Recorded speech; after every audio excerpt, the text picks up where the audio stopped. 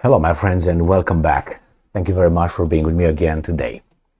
An observation and 3 articles, and 2 are from the same source, a Western source, and the other one from the Russian source. The Russian source will going to tell us the Ukrainian losses today, major losses on the front, and the other ones are the same article with 2 titles. The title was changed within 5 minutes. And is about the Russians' losses. So the West shows the Russians' losses, not the Ukrainian losses. The Russians show the Ukrainian losses, not the Russians' losses. So what happened here? I was looking for an article, a specific article that I found earlier this morning under a certain kind of title.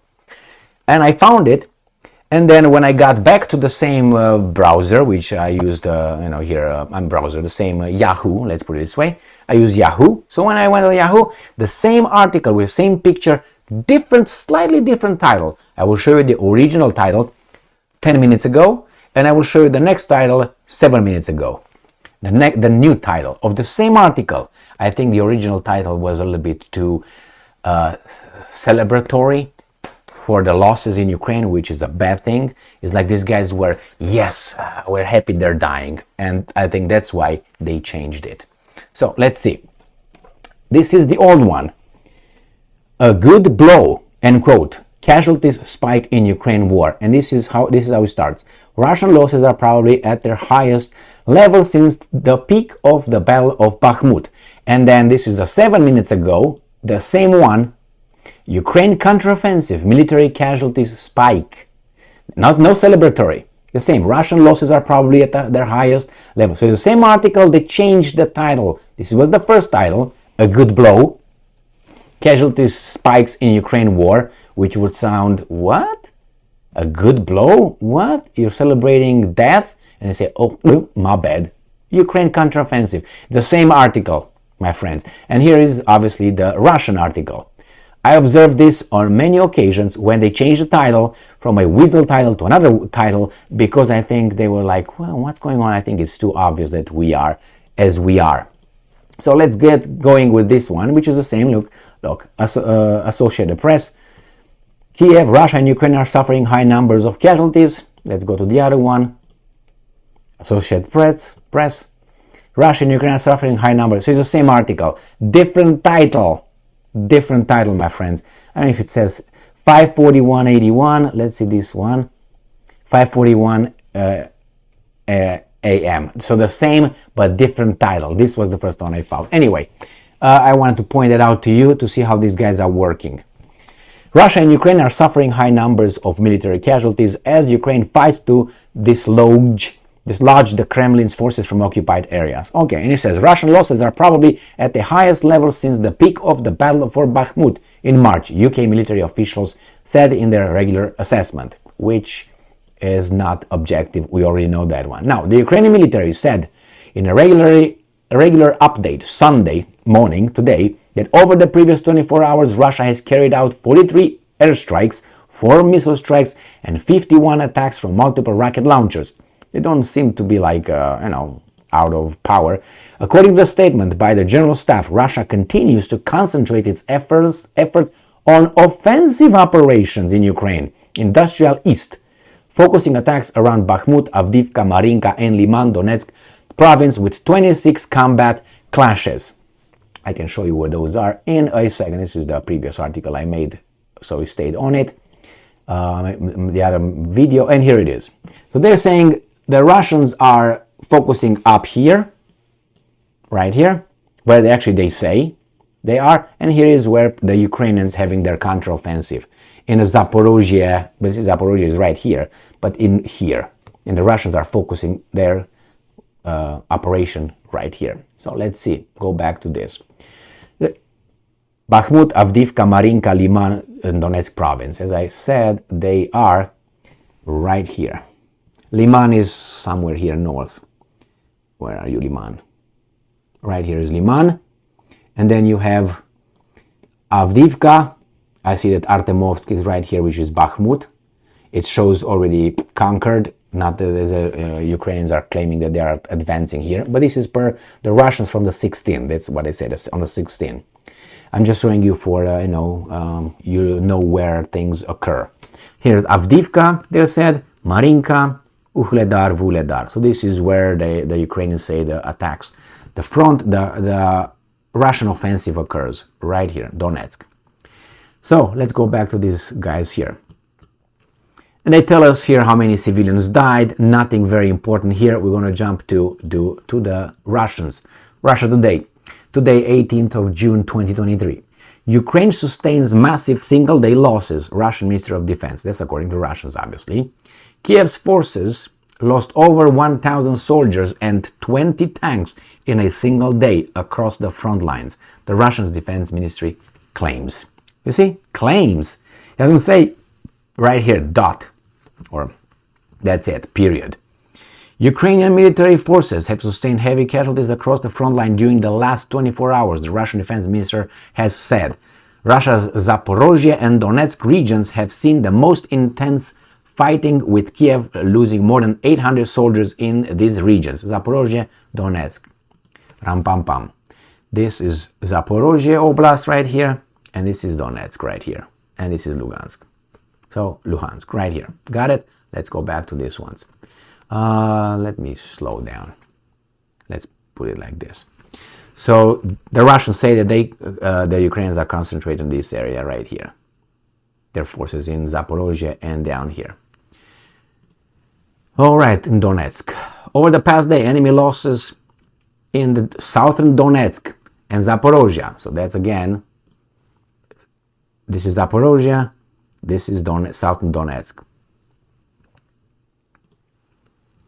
More 800 Ukrainian servicemen, 20 tanks, 4 infantry fighting vehicles, and 15 armored fighting vehicles, end quote, the military stated on Sunday during a daily media briefing. The ministry did not elaborate on whether its figures for casualties includes those killed and injured or fatalities exclusively. As well as these setbacks in personnel and equipment, Ukrainian troops also lost 2 US-made M777 howitzers and several Soviet-made artillery systems, the military added. The immediate vicinity of Donetsk city has also seen intense fighting, with Ukrainian forces losing over 200 soldiers on this axis, according to the ministry. The Russian military has deployed multiple soft and armored vehicles on the outskirts of Donetsk. Okay, where is Donetsk? Donetsk is right here. Ram pam pam. Here is Donetsk. So they're talking about this area, this axis. The Russian military has destroyed multiple soft and armored vehicles on the Donetsk outskirts of Donetsk. It also said, as well as 2 major ammunition stockpiles to the northwest of the city. Northwest of the city, there somewhere. This is north, this is west. So northwest, this area. The vicinity of the city. City is like this big.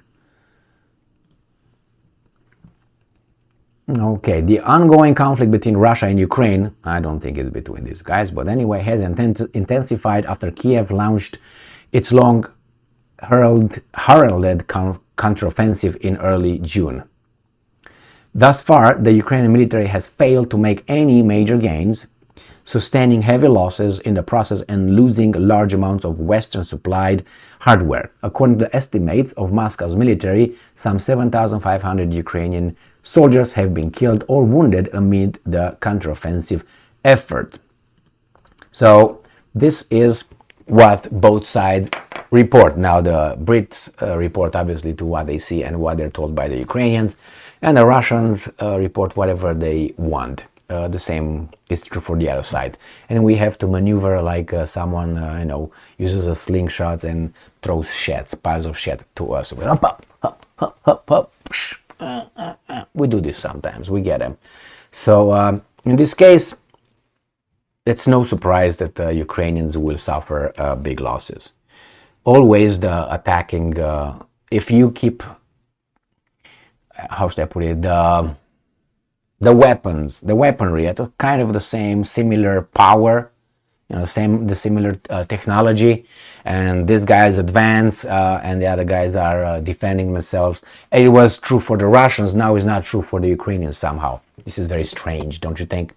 When the Russians were attacking, the Ukrainian media and the Western media and the intelligence services, they were reporting that the Russians are losing because they're attacking, and they're using this logic, and which is true, that the attacking forces keeping the power of weapons similar will lose about what, 3-1, 4-1, depends, or more. They're not going to lose one and the other guys, the defenders, are going to lose 3,000 to 1. It's not like that, the ratio. Usually it's between what, 1-3 to 1-4. That's usually how it is.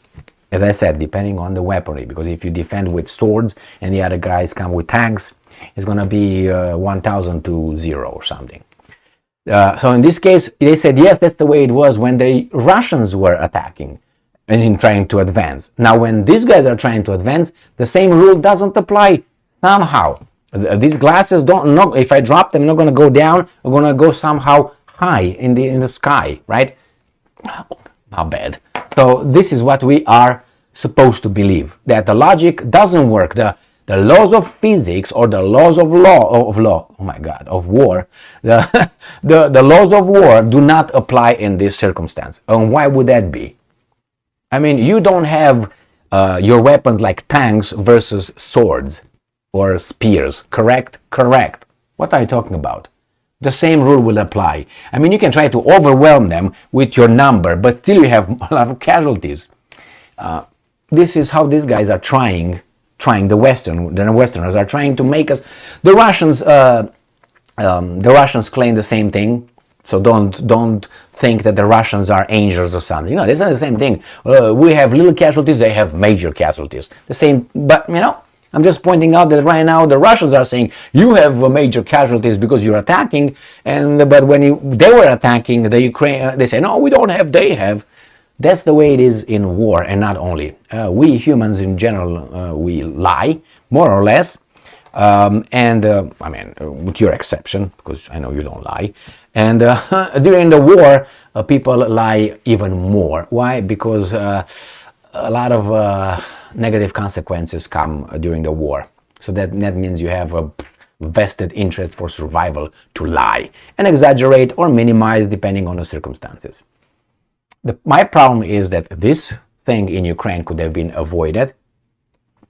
I think it was organized or pushed, channeled towards this. And I'm sorry that the brothers, Ukrainians and Russians, are dying for the benefit of others. I don't like that a bit.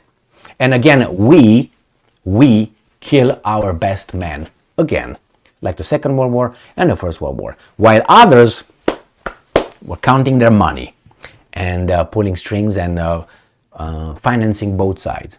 In this case, only one, but the other ones get their finances from other sides. We'll see. We'll see the outcome. Unfortunately, in the meantime, lives are destroyed, countries are destroyed, cultures. It's just, and for whom? This bothers me a lot. It's for whom? If you would at least see their faces. Thank you very much for being with me again today. Stay strong, stay smart, look for the truth, and be just.